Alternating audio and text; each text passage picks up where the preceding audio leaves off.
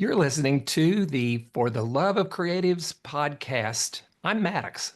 And I'm Dwight. We're the Connections and Community guys. And today we're joined by our featured guest, Andrea. Hi, Andrea, it's nice to be here. Thank you it's for so having me. wonderful to have you here. I'm sorry I spoke over you. What were you Yeah. saying? I was just saying, I'm very happy to be here. I'm excited for the conversation. And please tell us how to pronounce your last name. Yes.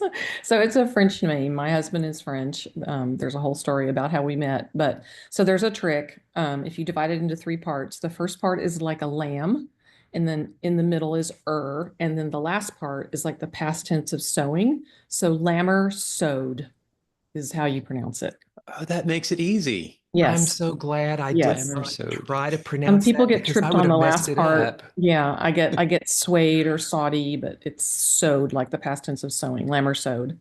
I would have said Lamarsaude. Yes, we get that too. Yes. Close, but not accurate. And I wanted to be accurate. Thank you. So, Andrea, tell us a little bit about, I mean, we know a little bit about you, but tell us who you are and what you do. Sure. So, name is Andrea Lamarsaude. You got that all good. So I am the owner of Art on Main, which is in Dallas, and we are in Old East Dallas. So Art on Main is it's hard to classify. I can't say it's just a gallery. I can't say it's just artist studios. It's an artist community. So we have 6,500 square feet, and we're on Main Street, close to right where it turns into Columbia. And we have 22 creatives who make their creative home at Art on Main. And then we have gallery space as well. So it's all kind of intermingled together.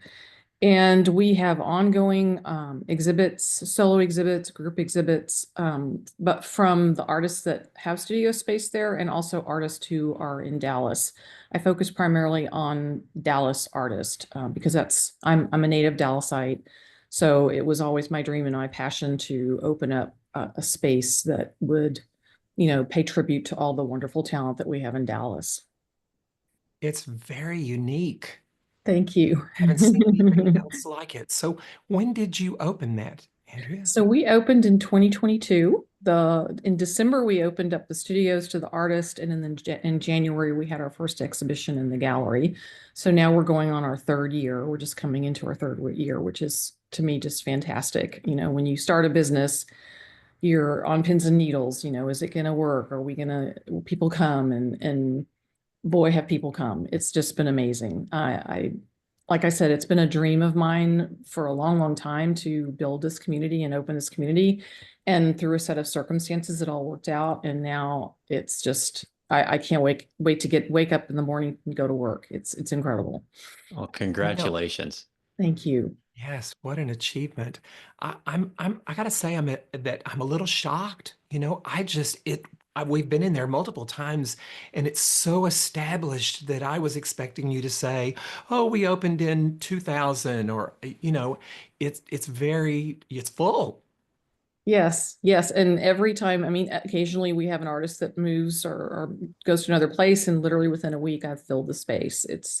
It's a much needed space for the community because, as you both probably know, artist studio space is scarce in Dallas, and people are constantly looking for it. I wish I had a whole nother building because I would fill it. So it's nice to be able to provide as much as I can to the artist in the area. And what space is available is usually just out of sight It's expensive out in of this sight. city. Yeah, it's crazy. It's just crazy. And the owner of the building, his name is Tom Ross. He's an artist as well. That was an integral part of why we were able to do what we've done. Is he was very passionate about making it a space that was easy for artists to get to. So the rent that he charges me is a fair rent, and I in turn can charge a fair rent to the artist. It's not an exorbitant amount of money. So that was a huge part of how we're succeeding. What a beautiful arrangement. That's amazing. Yeah. Wow, how fortunate for everybody concerned. Yes. And so like right now, my schedule is full for the rest of 2025. We have at least one, usually two exhibits per month through the end of December scheduled already. So it's exciting. I just got an email letting me know that you've got something happening this Saturday evening. That's true. It's a watercolor exhibit. Yes. And And we're worried you about the know, weather, but it seems like it's going to be sunny on Saturday. So, we would be there, but we already have plans that evening. well, don't worry. We've got lots more coming. Yes, absolutely. So I thought we would lead off with something that I'm hoping will be fun. Sure. Yeah. I kind of want to know, what is your favorite story about community and how it impacted your creative journey? Favorite story about community. Wow, that's a good one. I would have to say I have a lot of favorites, but I'll focus And, on this and, and you one. can go into some detail here. Just elaborate on Okay, this. okay. So prior to opening Art on Main, I was at the Mixed Creative Space, which is a space in the basement of a church on the other side of White Rock Lake. It's in the middle of a neighborhood. Um, and I was managing a creative space there, working with the church. So we had artists and artist studios, and we had a place to have a gallery space in the middle of the church. No, well, not the church itself, but in the lower level of the church. But long story short, we were just getting started and COVID hit. And so we had to really shut down everything. But I kept communicating with people because we got some artists in and then we had to stop and the church shut down. And so I kept communicating. We did a lot of things visually. We did some Zoom meetings. We did some education things on Zoom. We started to build this community kind of virtually and also with the people that were there. And then when COVID finally went away, we were able to open our doors again. It was wonderful because we'd already built that community virtually and, the ones that were there. And then we were able to kind of open it live. Well, we'd already established connections. We'd already kind of, bonded with each other. And then the people who wanted to come in who couldn't came in. And it was just this wonderful experience to see everything be able to bloom. Hmm, that does sound like, wow. Yeah, You it know was it how was you great. you you pivoted.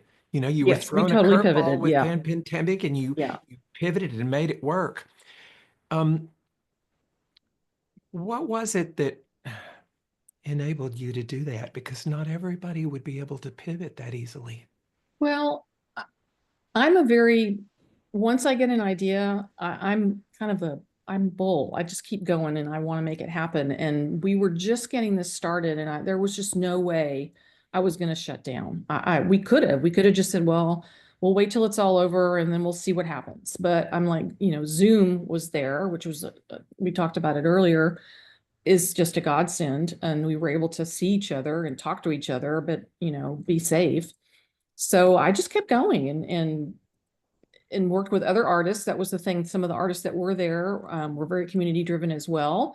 And we came up with a lot of the artists were like, okay, how do we market online? We can't go to an exhibit right now. How do we market our work out there in the virtual world? So we came up with, educational events for that. Here's how you could do this and that and do it all virtually.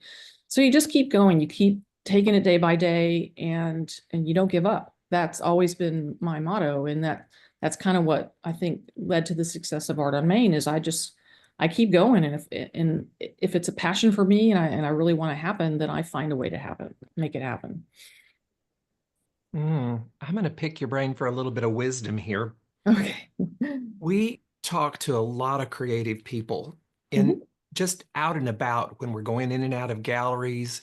And we talk to a fairly significant percentage of people that say that they create in isolation, you know, Sure. and yet in every episode that we have recorded of this podcast thus far, the creative that has come in as the featured guest has talked about the varying communities that they're part of and what an important part it has been Mm, in their journey. sure. You seem to have pulled that off, and I'm wondering, for all those people that don't understand the value of community, they're siloed, they're working in, solitude. Sure.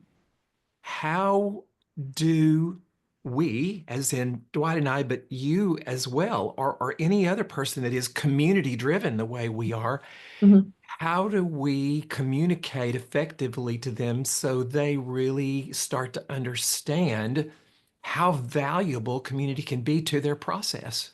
Sure, sure. Well, I think it's a lead by example. I think you need to figure out a way to show them. You can talk to them about it all you want, but, show them what it's like to have that community. And that's why I'm always inviting artists in. We have artist talks and studies and things like that at Art on Main. And a lot of people come and we just kind of let them see how it works. And I think, learning from seeing, I'm a very visual person. Everybody that I've talked to that said, oh, I normally work alone. Well, not everybody, but a lot of them say, well, but I really do see how this community could be something that could help me. And we have artists at Art on Main who are they're very isolationist in their approach to their work. They go in their studio and you leave them alone. And then when they come out, then yeah, if they want to be collaborative with the community, then they come and they're a part of it. But we respect their creative process. For example, myself, I'm an artist. And when I'm making my art, I don't want anybody in my studio. We have drapes. We kind of have an open concept. So I close my drapes and I'm in there and I'm just in my little cocoon. And people know, they can knock or whatever, but they try to, let me have my zone. And so I think it's just a combination of, it's like Nemo the clownfish. You know how that scene where he was kind of going in and out of the plant. He would go out and look and go back in and go out and look. That's Mhm. kind of the way I see it. You go in your little plant and you make your art, but then come on out there and be a part of the community and you'll see that wonderful, colorful, amazing world that's out there waiting to support you and help you. I really want to call out that what you're saying here is it's not an either an or, it's an and. No, definitely. Because there are Absolutely. some people that really need that quiet solitude so they can focus. But then there's all the rest of your creative process that isn't about writing or making art. It's all the things that go along with it that operates your business and Yeah. gets your art out into the world. I love the and concept, and you just Yes. really clearly Mhm.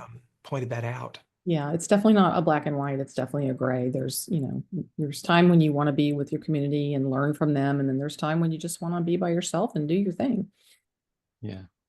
Yeah, I think we can all appreciate how we have different seasons. There's different modes that we need to go in to fully express and to actually allow ideas to germinate. Very much so. I like that analogy of the seasons, definitely.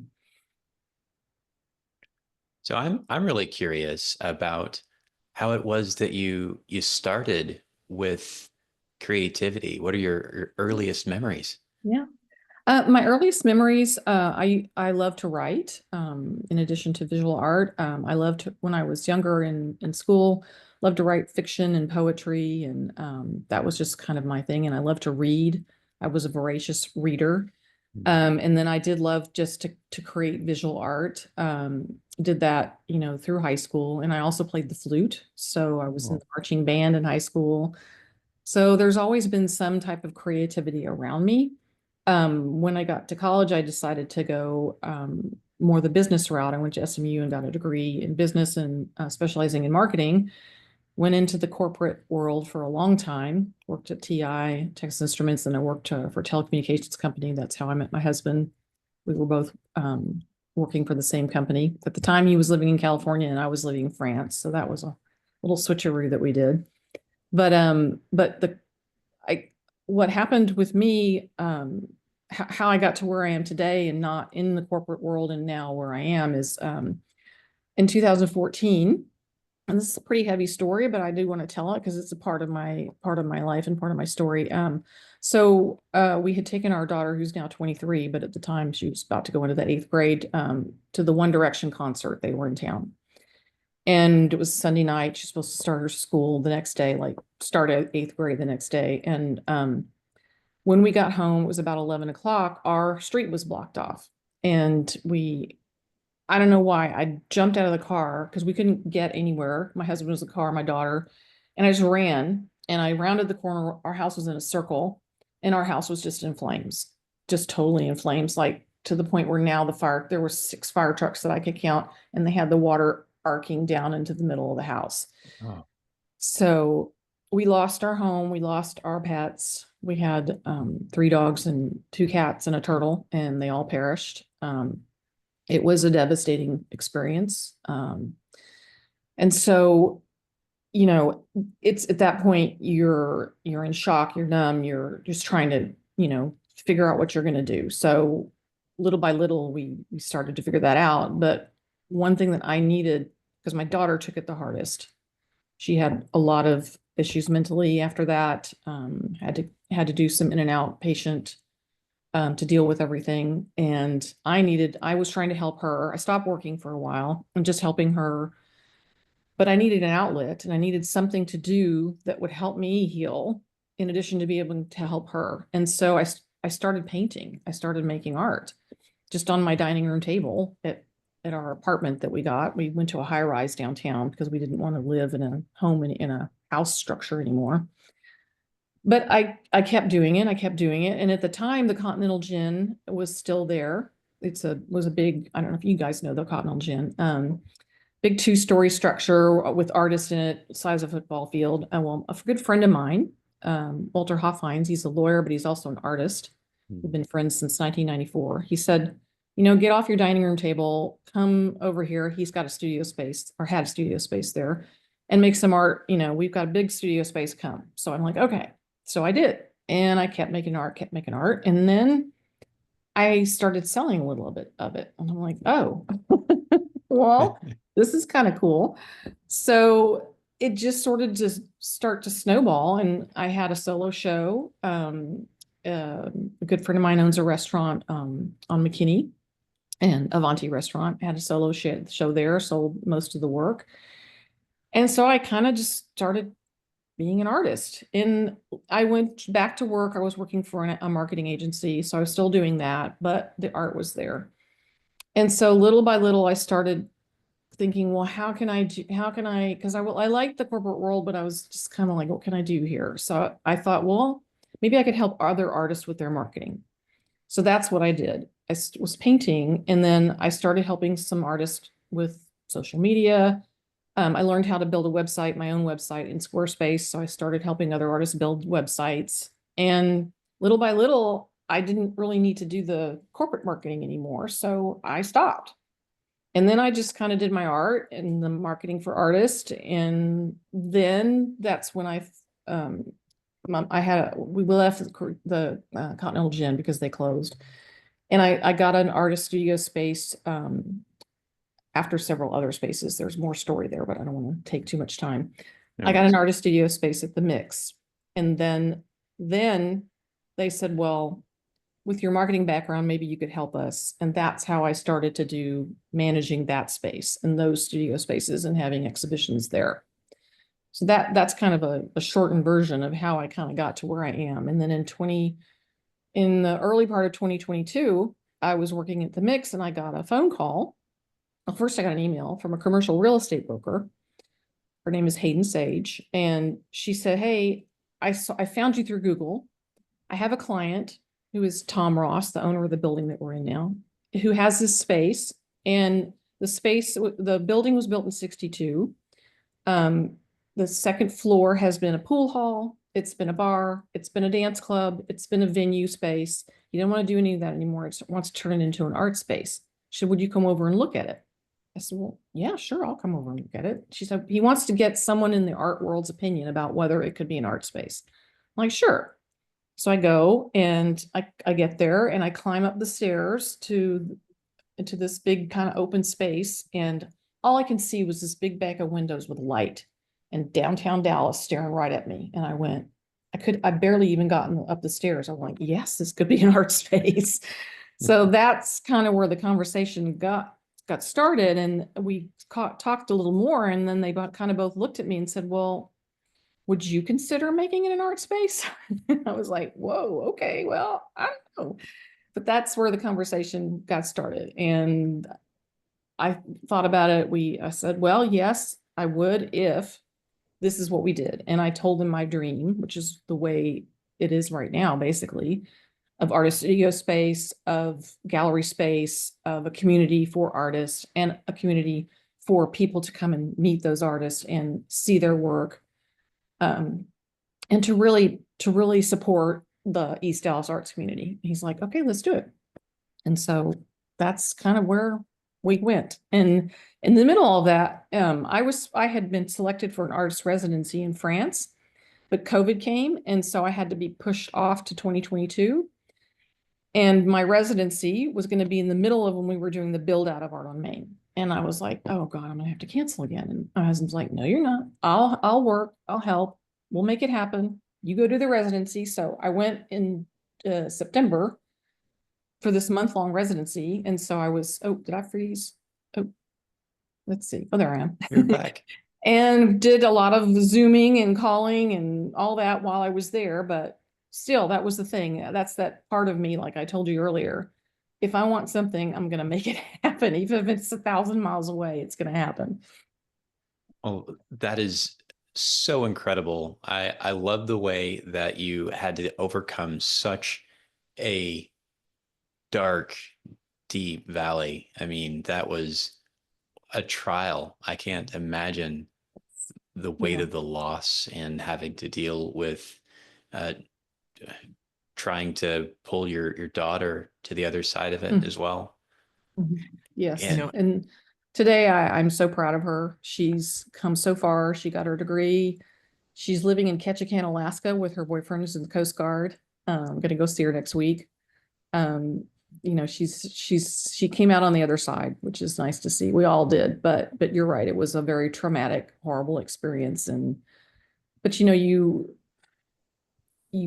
come out of that experience stronger and I think more determined and more stubborn about making your life the way you want it to be.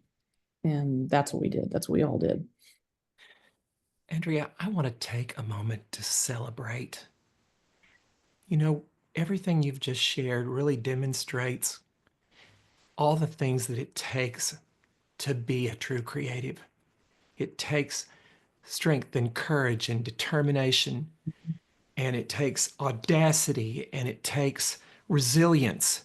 And you demonstrate every ounce of that. What an inspiration you are. And I knew there was a reason. I didn't know any of this, but I knew there was a reason that I wanted you to come onto the podcast. And here it is right here. You demonstrate so much of what is needed if somebody is going to be successful as a creative.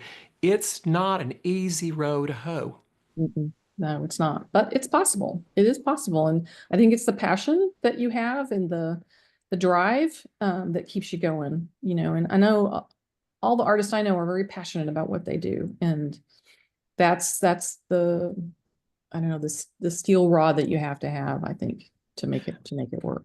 And there's something else I want to call out, and that is we talk to so many people, and I hear this all the time, young creatives, or just even not creatives, just young people. They don't want to start anything until they've got it all planned out. And your story doesn't really talk about a plan. I mean, life just got messy and got in the way, Yeah. and it unfolded. It was like life brought it to you rather than you having this plan that were, the old saying, life is what happens. How's it when you're saying go? making other plans? Yes. Yes. It's very true. Yes. Yes, I can totally attest to that. Yeah. I mean, we wouldn't be where we are right now doing what we're doing if we hadn't just opened ourselves up to be led. We thought we wanted to do one thing and we're doing something very different now. And it's because we didn't cling to our plan. It's Right. okay to have a plan, but when you cling to it, you suffocate all of the creativity that the universe has for you. Yes. Yeah. Sometimes you just have to punt, you Yeah. know, and hope that the ball lands where you want it to land. And if it doesn't, then you just go get it and you punt again. Exactly. Yeah. Well, I love the way that you drew upon all of the communities that you had supporting you. I mean, from the most intimate, your husband being that support for you, and uh, being able to make the most of the connections that you had. I mean, if we're talking about with Avanti, or eventually being connected with the owner of that space, I mean, Mhm. it is all just amazing and a testament to what it is to just show up and be fully human. Yeah. Yeah. And when those doors open, it's sometimes hard to peek through them and go, but you know what? We got one life as far as we know. So go, go out there and do it. I hope that you regularly take a moment to celebrate yourself for all you've done. Thank you. I appreciate that. We as humans, we often fail to do that. We do True.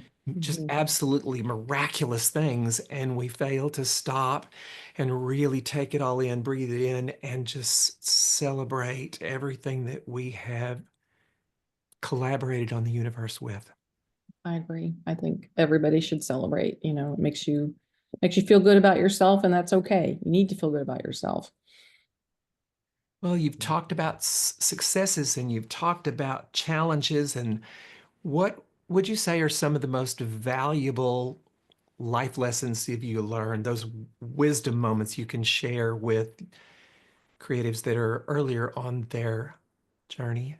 Sure. Well, I would say if you're a creative and you've been creating, but let's say you haven't really gone out there and sold anything or tried to sell anything or do any marketing, but you want to, don't be overwhelmed by it. Don't try to do everything at once. Don't think that, oh, I have to have a website. I have to be on Instagram. I have to go to the networking events. I have to go approach galleries. Those are all tools that are out there for you, but you are the one in control. You are the one who decides what you're going to do, and take it step by step. A baby step: open up an Instagram account, start put your pictures of you working on your process, or just that baby step. And that's what's important, is to not get so overwhelmed that you're just like you're frozen and a deer in the headlights. I can't do any of this. And then you go back into your hole and you just, you create wonderful art, but we're not seeing it. So, and then don't be afraid to ask for help. Don't be afraid to reach out. There's so much support out there. There's a lot of free support out there. Lots of tools that you can YouTube videos, and get network. There's a lot of art organizations in the Dallas area that you could join and be a part of their group. There's the Plano Art Association, Allen, Louisville, all the cultural centers.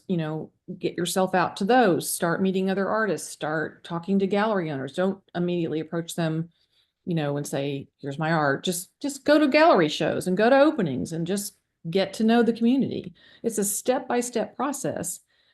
And again, don't get overwhelmed by it. If you find yourself getting overwhelmed, then just step back, go create something, take a week, get away from it, and then come back to it. That's the key. It's just step by step, moment by moment, and not getting overwhelmed and asking Well, for help.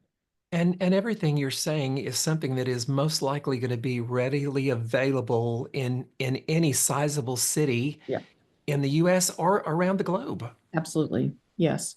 There are art is everywhere on every part of the globe practically. Yeah. And I mean, what you're really saying is leverage community.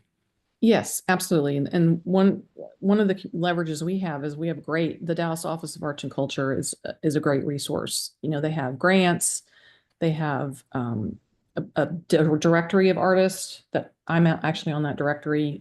They have programs where you can get hired through them to do work as an artist. They're a great resource. And in East Dallas, we just recently opened up the East Dallas Arts District. It's a nonprofit. and I'm the board president of that. And our mission is to support the artists in East Dallas and Old East Dallas. And we just recently had our first art walk. So, seek out those types of things and those types of groups to help you. It's Wonderful. lovely. Dwight, you got anything? No, I am really just amazed at your story. I mean, like Maddox said earlier, we just assumed that you were established and in that space for many years back, and had no Thank you idea for the that. compliment. Yes, it's very well established. Yeah. So this begs the question, and I could just ask the question, but I think I'm going to lead a little bit because you said something a few minutes ago that gave me pause. You said as soon as a space empties, we fill it immediately. I could fill all kinds of space if I had it. Is that next steps? I don't know, maybe. Yes. I mean, if somebody approached me with it, Tom unfortunately doesn't have any other buildings. I said, you need to go buy some more buildings. He's like, no, no. I, But, if the opportunity presented itself, sure, because there's such a need. There's such a need. Absolutely. I wonder what would happen with all of your contacts and all the art people that in the city if you started to put feelers out to fill the space before you even find it or rent it, Yeah, that's a thought. Yeah, that's where true. you can go to a person who owns a building and say, I have people that are, bona fide interested here with this long list of, Right. who they are and how much Mhm. space they would want within that space. Right. And I bet you could make that happen. In fact, I don't bet, I know you could make that happen. Based on everything you have told me, I know.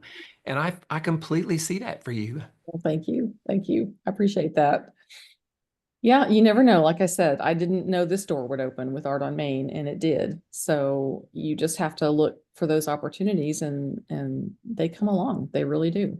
Yep. Take that baby step you're talking about, act as Exactly. if, and then let the universe support you in the way that it has so beautifully. There you go. That's true. The universe has supported me, definitely. But I'm gonna shout out to my husband and my daughter because without them, none of this would be possible. They're my life. The universe can only support us when we allow it to, though. You've done a beautiful job of demonstrating that you've just turned it over at times. You didn't know where it was going or what it was going to look like. Yeah. And yet you just moved forward and said, I'm going to allow myself to Keep be on keeping led. on. Yep. Yeah. Absolutely. How wonderful. What a delightful story. I'm just enchanted. Well, Yeah. thank you guys so much. I appreciate all I'm excited for y'all's journey too. I'm so glad that you're doing what you're doing and providing a framework for all the creative voices out there to tell their story. It's a wonderful thing. We love what we're doing, and we're Yeah. very excited. And I Yeah. It love is your a. your authentic behind you. I love that a lot. Thank you. I get so many positive comments on that. It's been up there for probably 5 years now, if not longer. And I get so at every Zoom, somebody will comment on That's it. wonderful. Be authentic. Be Just be authentic, be you. real. It draws all the right people to us. And Right. as you know, that is our dream. This is the part where we're allowing ourselves to be led. Sure. Because when we started this whole community idea, it wasn't about creatives. The universe just showed up one day and said, "Oh no, it needs to be about creatives." And we were like, Right. Yeah, "Oh, universe. Good move. we didn't see it." And that is our dream, to bring creatives together in a deep and meaningful way and connect them in a way that just isn't happening elsewhere. Right. Yeah. And we've No, got some that's so very, very important. specific ideas about what we think that can look like. Well, I'm excited to see what's next. Well, before we wrap, we at the end of each episode, we do rapid fire questions Oh, okay. for rapid fire answers. All Are you right. ready? Okay. Question number one. What is your favorite food your favorite food combination that is uniquely yours? Ooh. A good one. Well, I would say, man, that's tough. My husband could be a chef. So anytime I can eat something that he's prepared, some of his pasta recipes are extraordinary. I would say that that would be number one. He's about to make a French cake called a galette de roi, which is a king's cake. And it's not like the New Orleans king cake where it's got all the sugar stuff on it. It's a more of a pastry cake. So I would say anything that he's made that is unique and tastes delicious and is French. Definitely that. Man, if I were in the house with somebody like that, it would be difficult. I am so lucky. Okay, question number two. What is a creative project that you have always wanted to do but haven't started yet? Well, the one that I would love to do is we have a lot of walls in the back of our building. I would love to have some murals created on those, or just big blank walls. And if I could find the resources to do it, I would love to do that. So You that's know, something that I'm going to talk to Tom about. I haven't talked to it about it yet, but that's a big project I would love to do. we might could help you with that. Okay. We know two people that are muralists and they collaborate. They're separate artists. They're Okay. but they collaborate a lot, and Ooh, everything that we've seen that they do is just It's amazing. fabulous. okay. All We right. would, talk to Tom, and if you get approval, reach out to us and we'll connect you with them. Okay. They're Okay. really It may cool. take a grant. I don't know if he has the funds to do it, but we could look for grants too. Yeah, but that's a big vision of mine is I just keep looking at those white walls every time I drive past. I'm like, God, it's murals. That would be cool because it would really draw a lot more attention to Absolutely. gallery. Yes. Mhm. Okay, final question. If you could sum up your entire creative journey in one word, what would it be? That's a tough one. Entire creative journey.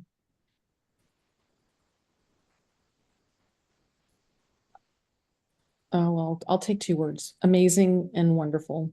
You can have two words. I Thank love you. that. I love I that. have been totally blessed, really. Yeah. And You I'm have. looking forward to more. And what an inspiration. I mean, it's I love hearing your story. I secretly had one word as I heard the question, and it would be Phoenix, but it encapsulates those I amazing like and that. wonderful. Yes, yes, Well, because you did actually rise out of the rise from the flames. ashes. Yeah. Thank you. I appreciate that very Wow. much. Good call, Dwight. Yes, Dwight wins. Andrea, it's been wonderful. Thank you so Oh, much. my pleasure. Thank you both. This has been a wonderful conversation.